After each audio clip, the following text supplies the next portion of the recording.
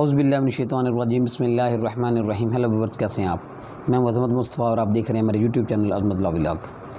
آج جس ٹاپک کے بارے میں ڈسکس کرنے جا رہے ہیں یہ آج پارٹ 4 ہے۔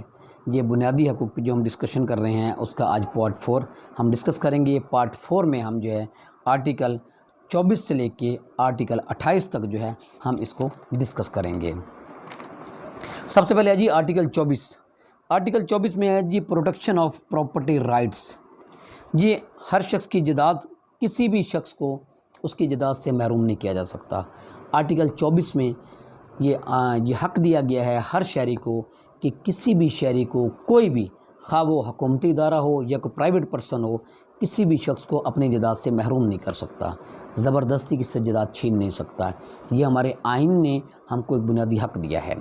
اسی طرح وہ آرٹیکل 24 یہ بھی کہتا ہے کہ اگر کوئی حکومت کسی پرائیویٹ شخص کی کوئی پراپرٹی لینا چاہتی ہے تو وہ اس کا معاوضہ ادا کرے گی۔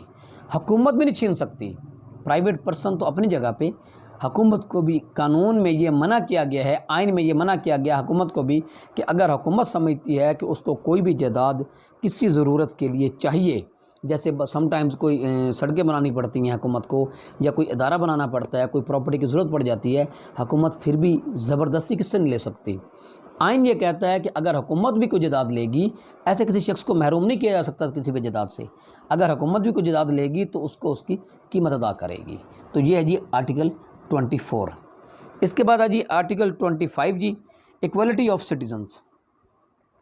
تمام شہری جو ہیں یہ برابر ہیں، قانون کی نظر میں تمام شہری برابر ہیں، کسی کو کسی پہ کوئی فوقیت حاصل نہیں ہے۔ یعنی کہ اس میں یہ بتایا گیا ہے کہ کسی کے ساتھ کوئی امتیازی سلوک نہیں کیا جائے گا۔ جو قانون امیر کے لیے ہے وہی قانون غریب کے لیے ہے۔ یہ میں آرٹیکل میں جو لکھا ہوا ہے وہ بتا رہا ہوں۔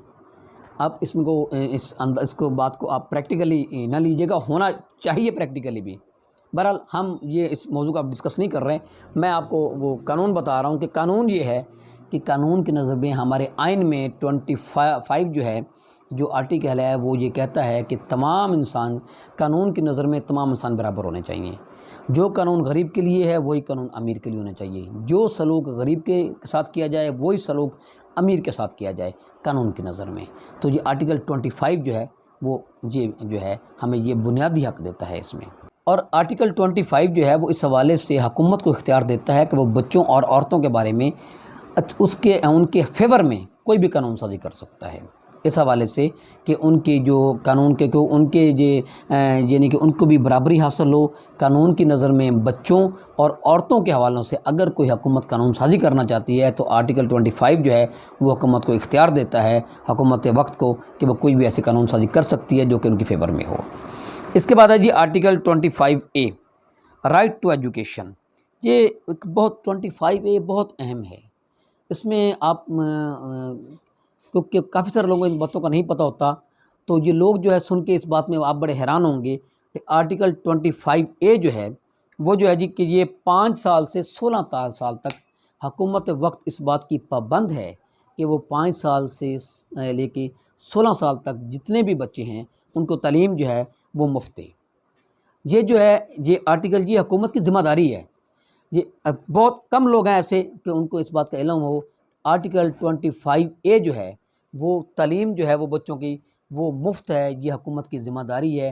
پریکٹیکلی ہمارا یہاں پہ ہو یا نہ ہو، لیکن ہمارا آئین جو ہے وہ اس بات کا یہ ہمارا بنیادی حق ہے کہ ہر وہ بچہ جو 5 سال سے لے کے 16 سال تک، یہ حکومت کی ذمہ داری ہے کہ اس کو اپنے اخراجات پہ اس کو تعلیم دلوائے۔ یعنی کہ اس بچے کے لیے 5 سے لے کے 16 سال تک تعلیم مفت ہے، تو یہ حکومت کی ذمہ داری ہے کہ ان کو تعلیم دلوائے۔ یہ آرٹیکل 25A میں ہے جی۔ آگے ہے جی آرٹیکل 26۔